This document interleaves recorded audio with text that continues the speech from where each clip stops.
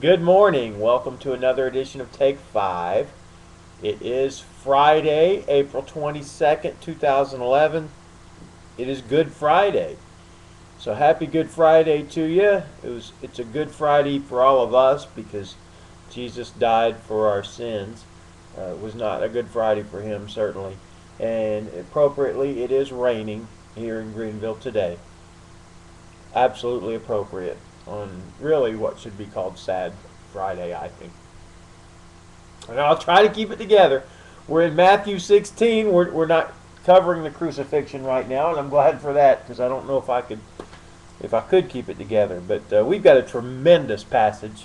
You know, yesterday we saw how dumb the disciples could be, but today, you know, every once in a while somebody gets it right. Let's read verse 13 of chapter 16.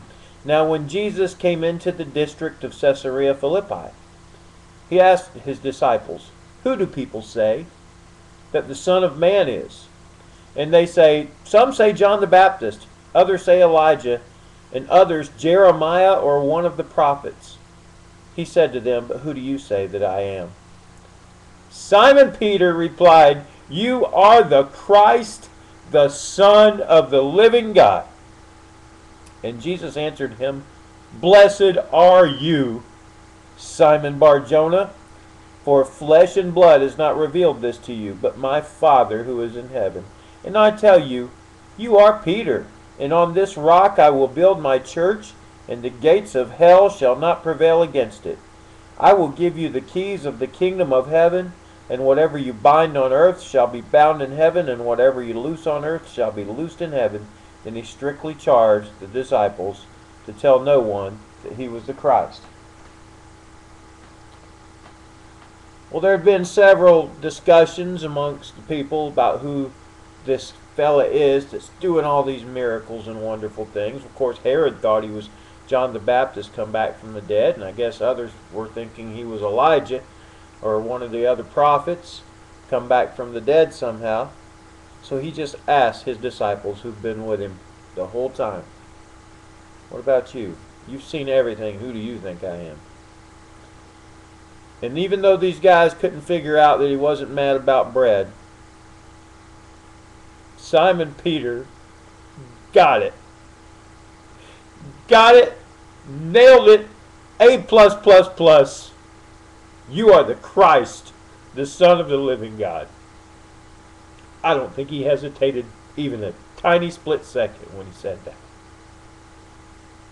Simon had his problems, and we've read them, and tomorrow we're going to read another one. Simon messed up a lot, but he got the most important thing right, and he got it stronger and clearer than any other disciple, maybe in history. Told you I was going to lose it. And Jesus said, "Look, blessed are you." I think he probably grabbed him and was holding him like this. Maybe gave him a big hug and kiss. He said, "Flesh and blood didn't reveal this to you. You didn't figure this out on your own intellect, obviously." He said, "This was revealed to you by my Father in heaven." Now, if you don't believe Jesus is the Son of God, it's because God hasn't revealed it to you. And the reason God hasn't revealed it to you is you haven't wanted to look, frankly. And he hasn't chosen you. But that's a whole other subject, and we'll deal with all that in Romans. And I'm going to go ahead and tell you, we're going to go a little bit long today. But just hang with me, because there's some important truth here. So, Peter is commended. Jesus says, he changes his name. He'd been calling him Simon. Now he says, "You are Peter. You're a rock." What an encouragement. And Jesus encourages us all the time. He changed your name from lost to saved, from alone to his child, from not belonging to a people to being the people of God, from darkness to light. from maybe sad to happy, maybe having no hope to hope. So many ways he changed your life. I told you I may go way over today, but this is important.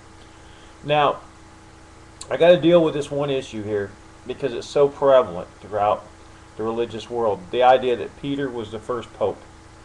And it's based primarily on this passage.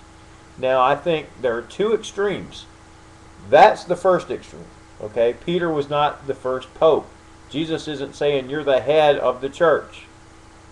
He's saying, I give you the keys to the kingdom. And he does change his name.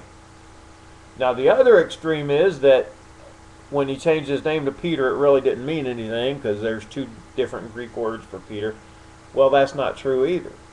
If you look in Ephesians chapter 2, it says the church was built on the foundation of the apostles and prophets with Christ himself as the chief cornerstone. And just a cursory reading of the book of Acts tells you Peter was the primary apostle that the church was built on. He preached the first gospel sermon to the Jews. He opened the door to the Gentiles. He's certainly the most prominent of all the apostles, except for maybe the apostle Paul. So, when Jesus tells him, on this rock I build my church, it means something. But what does it mean?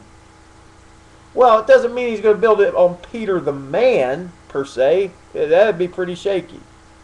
But on his teaching. Just like the prophets' teaching.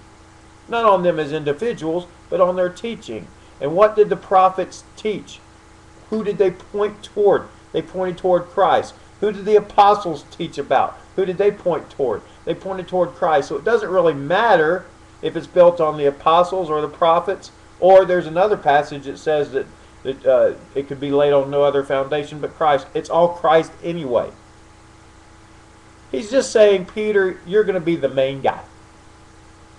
At the end of the day, when I go back to heaven and leave it all to you, all you disciples, you're the main guy.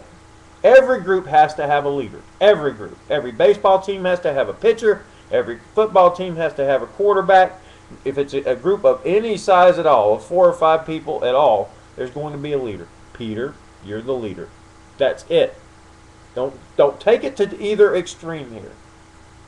So just remember that when you're looking at Peter the rest of the way, that he is the chosen leader of the rest of the group. Jesus is the leader of everybody. But the human leader on earth, once Jesus left, while he was alive, was Peter. All right, told you I'd go way over. Thank you for sticking with me all this extra time. I did go short a few times this week to make up for it.